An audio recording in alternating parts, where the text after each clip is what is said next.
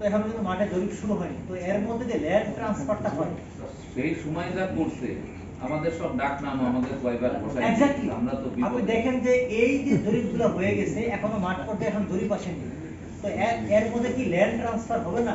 তো এই ট্রান্সফারটা করে সাব রেজিস্ট্রি অফিস, তারা আইন মন্ত্রণালয়ের অধীনে। আমার এখানে ভূমি অপারেশন সেটেলমেন্ট অপারেশন করতেছে সাব রেজিস্ট্রি অফিস। এখন ওই এক জরিপ এবং আরেক জরিপ এই দুটোর মাঝখানে যে ল্যান্ড ট্রান্সফার, এইটার হিসাব রাখে এসি ল্যান্ড এবং তহসিলদার মাঝখানে। আপনি দেখছেন? তাহলে এই যে তিনটা ডিপার্টমেন্ট কাজ করে, অথচ মিনিস্ট্রি হচ্ছে ফ্র্যাকশন। তো এই জন্য যখন সাব রেজিস্ট্রি অফিসে মানুষের প্রবলেম হয়, তখন আসলে আমাদের বলছি যে আইদার ল মিনিস্ট্রিতে নেন অথবা ভূমি মন্ত্রণালয়, এই তিনটাকে এক আমব্রেলাতে নিয়ে আসেন। তাহলে দেখবেন যে এই ভূত অর্ধেক মানে কমে যাবে।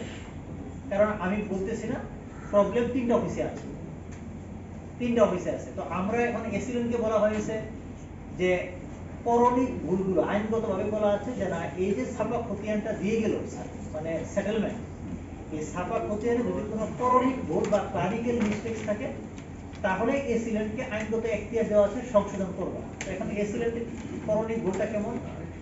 যেমন আমরা অনেক সময় বলি, যেমন ওই যে জমির পরিমাণ, ওখানে ধরেন 10%, 10-এর ঘরে আবার সে মানে ভুল ক্রমে সে 1 লিখে ফেললো, প্রিন্টে আসছে 1।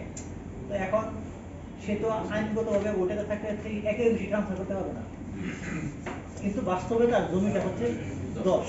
তো আমি ওখানে সার্ভেয়ার পাঠাই যে দেখো মাপে কত আছে, সে দেখো তার 10 আছে, তার দখল কি 10 আছে, 10 আছে। তাহলে তখন আমরা বলি যে না, তাহলে ভুল ক্রমে এটা 1 হয়ে গেছে, তখন আমরা একটা শূন্য যোগ করে দিই। এতে কিন্তু আমার মালিকের হাত দিচ্ছি না, মালিক কিন্তু সেম রয়ে যাচ্ছে, আমি কিন্তু